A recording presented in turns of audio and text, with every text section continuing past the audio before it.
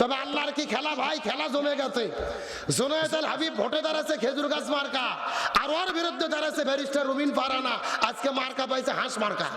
কি মার্কা? হাঁস মার্কা পাইয়া রুমিন ফারহানা খুবই আনন্দিত, খুবই উজ্জ্বল, জিতে গেছি।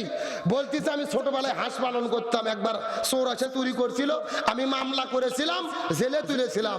এইবার আমাকে যারা ভোট দেবে, কোন বাপের বেটা ভোট চুরি করতে আসবে আমি তাকে দেখে নেব। মানে বাপের বেটি বাগিনী কন্যা। 3 দিন আগে ম্যাজিস্ট্রেটের একবারে বুড়ো আঙুল দেখাচ্ছে, বুড়ো আঙুল এমন একটা শার্ট মারছে, ওখানে স্তব্ধ হয়ে গেছে ম্যাজিস্ট্রেট, যে কেন এটা ছেলে না মেয়ে বোঝার কোনো বুদ্ধি নেই। কথা কর না কে? তবে আমরা রুমিন ফারহানার জন্য আমার একটা আফসোস হয় কি জানেন, সারা জীবন বিএনপি দল করলেন, অথচ ভোটের আগে দল তাকে বহিষ্কার করলো, জীবন যৌবন সব শেষ করে দিল রে, বিয়ে পর্যন্ত করেনি, আর আজকে তাকে দল থেকে বাইর করে দেওয়া হলো। আর কচুর গাছের সাথে গলার দড়িতে মরা দরকার। কথা কর না কে?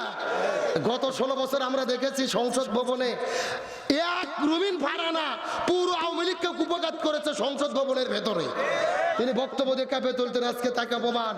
আমরা জানি না কি হবে, তবে বলতে চাই যেভাবে রুমিন ফারহানা খেলা দেখান শুরু করেছে, ওই জুনায়েদ আল হাবিবকে হাতে মূলে ধরে ছেড়ে দেবে।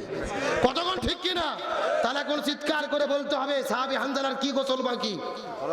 আর একটু জোরে বলেন। আলোচনাকার মিনিট 5 চলবে, কথা বলেন চলবে। আমি আলোচনা করব, তবে এখন যদি অনুমতি দেন আমি মহিলাদের জন্য 2 মিনিট কিছু বলতে চাই। বলার দরকার আছে না নাই?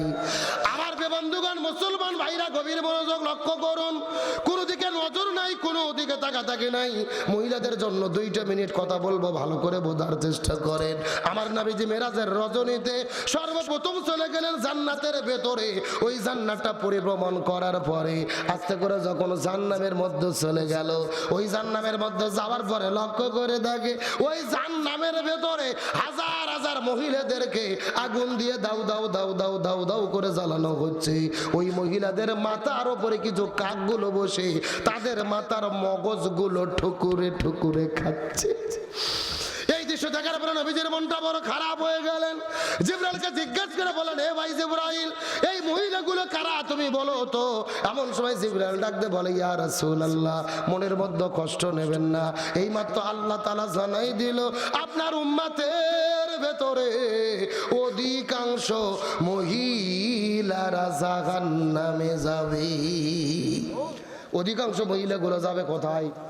এই কথা শোনার পরে নবীজির মনটা বড় খারাপ হয়ে গেলেন। জিবরাইলকে জিজ্ঞেস করলেন, হে ভাই জিবরাইল, অধিকাংশ মহিলা কেন জাহান্নামের মধ্যে যাবে বলো তো দেখি। জিবরাইল ডাকতে বলে, ইয়া রাসূলুল্লাহ, অধিকাংশ মহিলারা জাহান্নামের মধ্যে যাবে, এর পেছনে অনেকগুলো কারণ রয়েছে। তার ভেতরে প্রধানত কারণ হলো 2টা। জোরে বলেন কয়টা? সাউন্ড নাই। আচ্ছা, আপনাদের কি কষ্ট হচ্ছে? এই যে মুরব্বি উঠে গেল মাঝখান থেকে, আপনাদের কি কষ্ট হচ্ছে? এই যে আমি বসে আছি মাঝখান থেকে সোজা, ডান দিকে এক ভাগ, বাম দিকে আর এক ভাগ। আপনারা মুখ বন্ধ করে থাকেন, আপনারা বলেন তো দেখি, অধিকাংশ মহিলা জাহান্নামে যাবে, তার পেছনে কারণ হলো কয়টা? আরো জোরে। আপনারা মুখ বন্ধ করেন, আপনারা বলেন তো দেখি, অধিকাংশ মহিলা জাহান্নামে যাবে, তার পেছনে কারণ হলো কয়টা? ওরে বাবা, কেরে ভাগ করে দেনা সাউন্ড বাজতেছে, তার মানে আপনারা আলসেমি করতেছেন না। মুসলমান গভীর মনোযোগ, আর কয়েকটা মিনিট আপনাদের মধ্যে কথা বলতে চাই। ডানে যারা আছেন কথা বলবেন, বামে যারা আছেন তারা কথা বলবেন, মঞ্চের চতুর্দিকে যারা আছেন তারাও কথা বলবেন। সবাই মিলে চিৎকার করে বলেন তো, অধিকাংশ মহিলা জাহান্নামে যাবে, তার পেছনে কারণ হলো কয়টা? আরো জোরে। জোর হলো না? চলবে আর কিছুক্ষণ চলবে। আচ্ছা, যে ছোট বাচ্চাগুলো ঘুরতিছে, ওরা কারা? ওরা কারা? কোথা থেকে এলো? যে মুরব্বি বসে যান, আলোচনা চলছে চলছে, তবে ওটাউটি করা যাবে। 2 কারণ অধিকাংশ মহিলারা জাহান্নামে যাবে। কোন 2টা কারণ জানার দরকার আছে না নাই? আপনাদের দরকার না থাকলেও মহিলাদের দরকার। এজন্য মহিলাদের বলি, মা বোনেরা আর 5টা মিনিট ধৈর্য ধরে বসেন। আমি আপনাদের কাছে আবারও ফিরে আসতেছি, আটকাইয়া রাখলাম। কথা কি ঠিক আছে? এখন আলোচনা শুরু করেছি, ইবাদত কত প্রকার? এ আসল জায়গা ঘুরে যাওয়া লাগবে, ওয়াজ যেদিকে যাক মূল মেসেজ ঠিক রাখতে হবে। কয় প্রকার? ব্যক্তিগত ইবাদত, পারিবারিক ইবাদত, সামাজিক ইবাদত, রাজনৈতিক ইবাদত, আর 5 নম্বর হলো অর্থনৈতিক ইবাদত। কি ইবাদত? এখন অর্থনৈতিক ইবাদত বলতে আমরা কি বুঝি? অনেকের মনে প্রশ্ন, হুজুর অর্থনীতির ভিতরে আবার ইবাদত ঢুকলো কেমনে? অর্থনৈতিক ইবাদতের মূল কথা হলো যাকাত ভিত্তিক অর্থনীতি। কি ভিত্তিক অর্থনীতি? এখন বলেন তো বাংলাদেশে যে অর্থনীতি চলে এটা কি অর্থনীতি? সুদ ভিত্তিক। জোরে বলেন কি ভিত্তিক? আর সুদ ভিত্তিক অর্থনীতি যতদিন চলবে বড় লোকেরা আরো বড় লোক সম্পদশালী হবে আর গরিবেরা আরো ফকিন্নি হবে। যতদিন পর্যন্ত যাকাত ভিত্তিক অর্থনীতি কায়েম না হবে ততদিন পর্যন্ত এই জমিন থেকে বৈষম্য দূর হবে। আমার বন্ধুগণ, মুসলমান ভাইরা গভীর মনোযোগ লক্ষ্য করুন। হযরত ওমর ফারুক কোরআন দিয়ে যখন সমাজ পরিচালনা শুরু করে দিয়েছে, ওমর ফারুকের জামানার একটা গুরুত্বপূর্ণ ঘটনা, একটা মানুষ যাকাতের টাকা এইরকম ভাবে এক জায়গার মধ্যে যাকাতের টাকা নেওয়ার পরে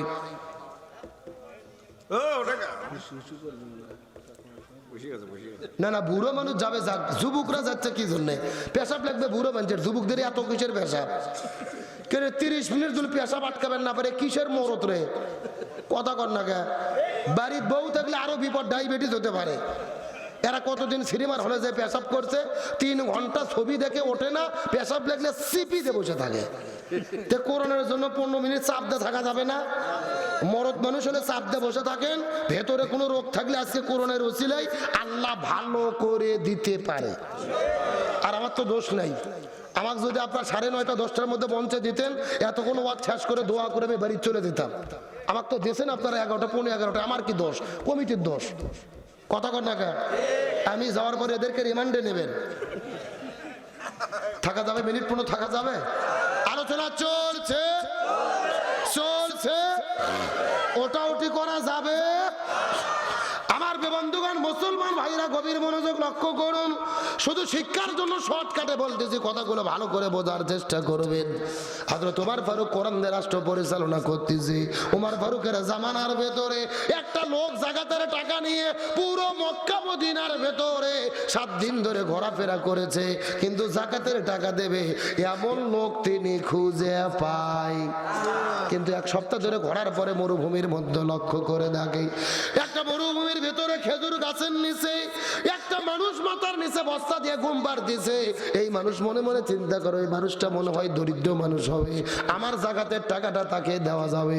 কাছে যাওয়ার পরে সালাম দিয়েছে, আসসালামু আলাইকুম ওয়া রাহমাতুল্লাহ।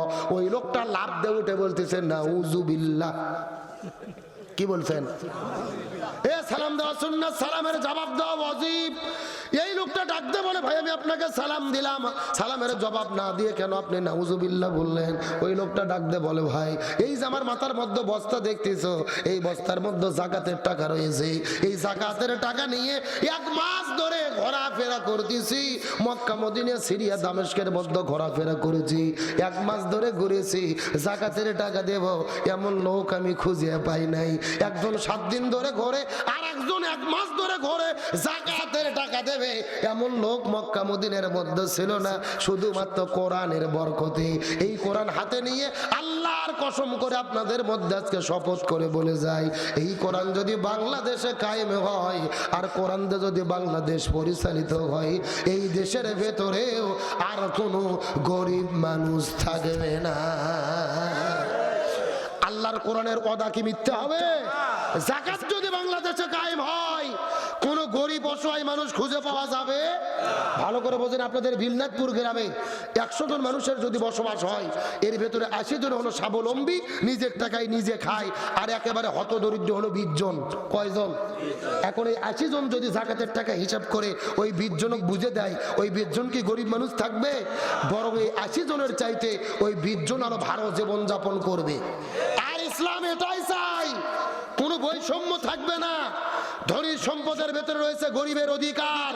ওই জাকাত কায়েম কেমনে হবে? আমার ওয়াজ দিয়ে কথা কয় না, জুমার খুতবা দিয়ে হুজুরের যাকাত কায়েম কেমনে হবে? আল্লাহর কোরআন বলেছেন, আল্লাযীনা ইম্মাক্কান্নাহুম ফিল আরদি আকামুস সালাহ ওয়া আতাউজ যাকাত ওয়া আমারু বিল মারুফ ওয়া নাহাউ আনিল মুনকার। কোন মুসলমান দল যদি ক্ষমতায় যায়, চারটি কর্মসূচি বাস্তবায়ন করবে। 1 নম্বর নামাজ বাধ্যতামূলক করবে, 2 নম্বর যাকাত ভিত্তিক অর্থনীতি কায়েম করবে, 3 নম্বর ভালো কাজ চালু করবে, 4 নম্বর মন্দ কাজ বন্ধ করবে। সুতরাং আগামীতে বাংলার জমিনে কোরআনের এই 4 কর্মসূচি বাস্তবায়নের জন্য যারা ঘোষণা দেবে, ইমানদার মুসলমান হিসেবে তাদের পক্ষেই আমাদের থাকতে হবে। তার মানে বোঝা গেল, যাকাত কায়েম আমার ওয়াজ দিয়ে হবে না, খতিবের খুতবা দিয়ে হবে না। যাকাত কায়েম করতে গেলে কোরআন পার্লামেন্টে ক্ষমতায় থাকতে হবে। আচ্ছা, ডক্টর ইউনূস যখন ক্ষমতায় আছে, ডক্টর ইউনূস কি যাকাত চালু করবে? ও নিজেই তো সুদের মাস্টার। কথা কন না গা, ডক্টর ইউনূস নিজেই হলো সুদের মাস্টার। পুরো পৃথিবী সুদের ব্যবসা করে নোবেল পাইছে। ও কি যাকাত চালু করবে? যাকাত চালু করতে গেলে কোরআন ক্ষমতায় থাকতে হবে। আপনাদের একটা জিনিস উদাহরণ দেই, ভালো করে বোঝেন। ডক্টর ইউনূস যদি আজকে ঘোষণা করে আগামীকালকে ফজর থেকে বাংলাদেশের যেই মুসলমান 1 ওয়াক্ত নামাজ কাজা করবে 6000 টাকা জরিমানা, 6 মাস জেল, এই কথা বলে আরবি র্যাব পুলিশ বিজিবি রাস্তাঘাটে যদি গাড়িলে ছাড়িয়ে দেয়, আপনাদের আগামীকাল ফজরের আগে মসজিদের মাইক দিয়ে ডাকা লাগবে। রাতের 3টার দিকে মুসল্লিরা যাইয়ে মসজিদের দরজা ধরে ঠেলাঠেলি শুরু করবে। এ কথা কন না গা। তার মানে বোঝা গেল, যাকাত কায়েম তেল মারে হয় না, ওয়াজ করে হয় না, নামাজ ওয়াজ করে কায়েম করতে করা যায় না। নামাজ আর যাকাত কায়েম করতে গেলে কোরআন ক্ষমতায় থাকতে হয়। বাংলাদেশ কোরআন দিয়ে চলুক, আমরা কি চাই? কিন্তু বর্তমানে অনেকেই ফতোয়া দিচ্ছে, আগামীতে ইসলাম যদি ক্ষমতায় যায়, কোরআন দিয়ে যদি বাংলাদেশ চলে, কারো হাত থাকবে না, সবার হাত কাটা হবে। কি ফতোয়া বারে! কারণ আল্লাহর কোরআন বলেছে, সারি কত থাকতে উয়াই দিয়া হুমা, কেউ যদি চুরি করে, ও ছেলে হোক অথবা মেয়ে হোক, তার হাত কাটতে হবে। কার কথা? কিন্তু দুর্ভাগ্যজনক ব্যাপারে এর সঠিক ব্যাখ্যা নেতা তো জানেই না, অনেক হুজুর পর্যন্ত বলে না। 1 মিনিটে ব্যাখ্যাটা ভালো করে বোঝেন। চুরি করলেই সব চোরের হাত কাটা পড়বে না। চোর হলো 2 প্রকার, একটা হলো অভাব আর একটা হলো স্বভাব। কয় প্রকার? আচ্ছা বলেন তো, আপনাদের বিল নিয়ে এলাকাতে 2-4টে আলু চোর, বেগুন চোর, মরিচ চোর, পিঁয়াজ চোর, ছেঁচড়া চোর, আবুল মফিজ কুদ্দুস আছে? আছে। আচ্ছা বলেন তো, এরা অভাবে চুরি করে না স্বভাবে? হ্যাঁ, ভালো করে বোঝেন, স্বভাব নয়, অভাব। বাজার করার টাকা নাই, শরীরে পোশাক নাই, পেটের মধ্যে ভাত নাই, এ অভাবে পরে চুরি করে। আল্লাহর কোরআন বলতেছে, অভাবে পরে যারা চুরি করবে এদের হাত কাটা যাবে না। এদেরকে রাষ্ট্রের পক্ষ থেকে সর্বপ্রথম 5টা বিষয়ের গ্যারান্টি দিতে হবে। খাদ্য, বস্ত্র, বাসস্থান, শিক্ষা, চিকিৎসা, এই 5টা বিষয়ের গ্যারান্টি দেওয়ার পরে যদি তারা চুরি করে, তখন তাদের হাত কাটা পড়বে। এখন আপনাদের প্রশ্ন করতে চাই, আপনাদের এলাকায় যে ছেঁচড়া চোর আছে, এদেরকে সরকার যদি বাড়ি করে দেয়, 3 সন্ধ্যে গরুর গোশতে ভাত দেয়, এরা কি চুরি করবে? করবে? চুরি তো দূরের কথা, এরা মাথার টুপি দিয়ে হাতের তসবি নিয়ে জিবরাইল সাজে ঘুরবে রে পাগল, হাজিগিরি করবে এরা। কিন্তু এখন আপনাদের প্রশ্ন করতে চাই, ওই ঢাকা শহরে সচিবালয়ে বসে থাকে, সংসদ ভবনে বসে থাকে, কলম বার করে কলমের ঘুঁটো মারে সাইন দিয়ে কোটি কোটি টাকা চুরি করে যারা বিদেশে নিয়ে যায়, এরা অভাবে চুরি করে না, স্বভাবে। হ্যাঁ, ভালো করে বোঝেন, এদের কোনো অভাব নাই। এদের ব্যাংকে কোটি কোটি টাকা আছে, বিদেশে বেগম পাড়াতে বাড়ি রয়েছে, 4-5টা গাড়ি রয়েছে, এদের কোনো অভাব নাই। এরা চুরি করে স্বভাবে। আর আল্লাহর কোরআন বলতেছে, এই স্বভাবে যারা চুরি করে, সর্বপ্রথম এদেরকে হাত কাটতে হবে। আজকে বাংলাদেশের 1 সচিবকে ধরে, 1 এমপি মন্ত্রীকে ধরে বাইতুল মুকাররমের উত্তর পাশে প্রকাশ্য দেওয়ালোকে যদি হাত কাটা হতো, আর প্রত্যেকটা মিডিয়ার ভেতরে, টেলিভিশনের ভেতরে লাইভ সম্প্রচার করা হতো, 1 চোরের হাত কাটলে এই বাংলাদেশে কোটি কোটি